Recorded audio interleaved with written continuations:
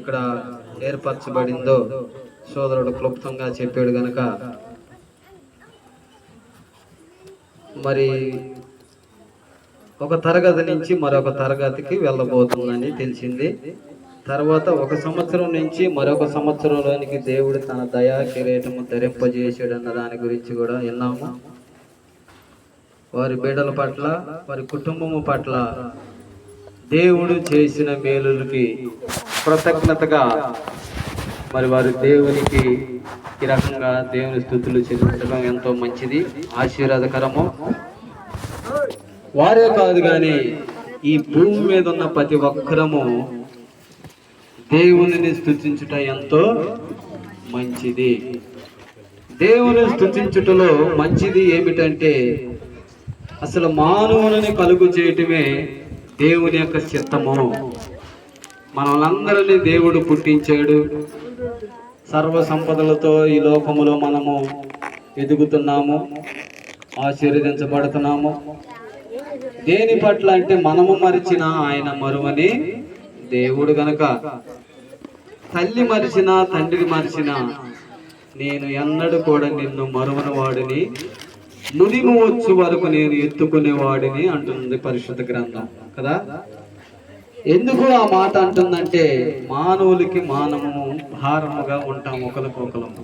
కానీ దేవుడు తన అద్వితీయ ప్రేమను బట్టి విడువని వాడు, ఎడబాయిన వాడు కనుక ఏ సమయంలో ఏమి కావాలో, ఏ సమయంలో ఏది అవసరమో దేవుడు తన చిత్తాన్ని బట్టి వారికి అనుగ్రహించినట్లుగా మనకు లేఖనాలు తెలియజేస్తున్నాయి.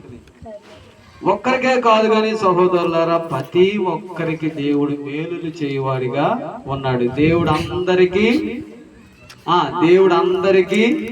ఉపకారి. ఏందండి చిన్న మాట చెప్పలేకపోయారు. దేవుడు అందరికీ ఉపకారి, మనుషులు అందరికీ అపకారులమైన మనము ఉపకారి అయిన దేవుని కలిగి ఉన్నాము కనుక, ఆయన ఉపకారములో మనమున్నాము కనుక దేవునిని ఎంతగానో స్తుతించుట మంచిది. సరే, వాక్య భాగంలోనికి వెళ్దాం సహోదరులారా. చాలా జాగ్రత్తగా గమనించండి. ఇందాక సోదరుడు చెప్పాడు కదా, 127వ కీర్తన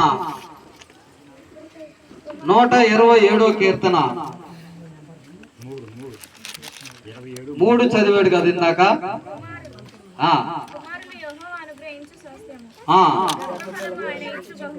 చాలండి. కుమార్తె కుమారుడా పుట్టినరోజు ఇవాళ. కుమార్తె కదా, మరి ఏంది కుమారుడి గురించి చెబుతాడేంది ఈయన, తెలియదాము పాపం అనుకుంటారు కదా. చెప్పండి ప్రశ్న చాలా జాగ్రత్తగా క్షుణ్ణంగా తెలుసుకోవాలి దేని వాక్యాన్ని. మనం ఈడ కుమారులని ఉంది కదా, కుమార్తె అని అంటారు చదివిన వ్యక్తులు, జ్ఞానం కలిగిన వ్యక్తులు. మరి నేనేం చెప్పాలి ఆ మాటకి? బైబిల్లో ఉంది కదా. అందుకనే సహోదరులారా, ఒక మాటను బట్టి మనము జ్ఞానవంతులముగా బైబిల్ తెలిసిందన్నట్లుగా మనము ఊహించుకోకూడదు. దానికి అర్థములు తెలుపుకునే విధానములో ఉండాలి. అసలు తెలివికి మూలం ఏది, అసలు జ్ఞానానికి మూలం ఏది? సామెతల్లో చక్కగా జ్ఞానైన సొలొమోను రాశాడు, తెలివికి జ్ఞానమే మూలము, జ్ఞానానికి తెలివే మూలము. ఇవన్నిటికీ కారణం యెహోవా యందు భయభక్తులు కలిగి ఉండుటే జ్ఞానానికి మూలము, తెలివికి మూలము. జ్ఞానముగా ఉంటే దేవుడు తన దయా కిరీటము ఒక తరగతి నుంచి మరొక తరగతికి, ఒక స్థాయిలో నుంచి మరొక స్థాయిలోనికి తీసుకెళ్లే సామర్థ్యత కలిగిన మన ప్రభు అయిన యేసుక్రీస్తు అని గుర్తెరగాలి. మొట్టమొదట నేనేం చెప్పాను ఇప్పుడు మీకు? కుమారులు యెహోవా ఇచ్చు. కుమార్తె గురించి చెప్పాలి కానీ కుమారుడు ఏందయ్యా అంటున్నాడు కదా అనుకుంటారు కదా. కొంచెం కిందకు వచ్చి అక్కడ ఏముంది? అక్కడ గర్భఫలము కూతురన్నా కొడుకన్నా ఒకటే. అందుకని ఈ రాత్రి కాల సమయంలో ఈ మాటలు ప్రభు ద్వారా మనం హెచ్చరించబడుతున్నాం. అందుకని అంటాడు, ఇంకొంచెం మనం లోతుకు పోతే అక్కడ ఎలాగున్నదో చదవండి.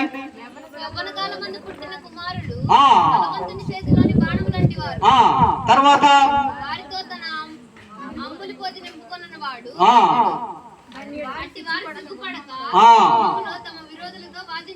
ఆ చాలండి.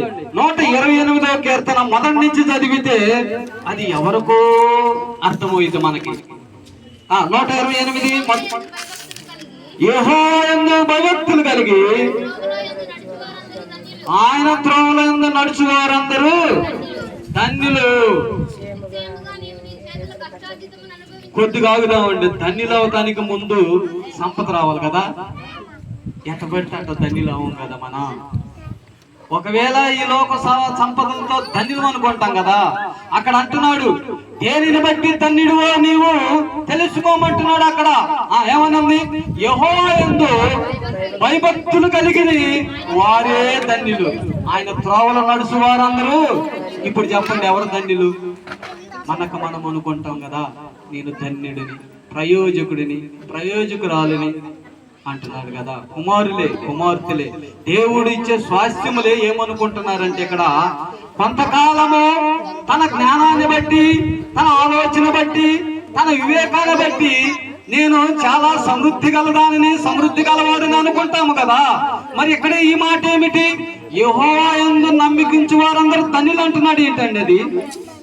గమనించారా? కొంచెం చదువమ్మా. నిశ్చయముగా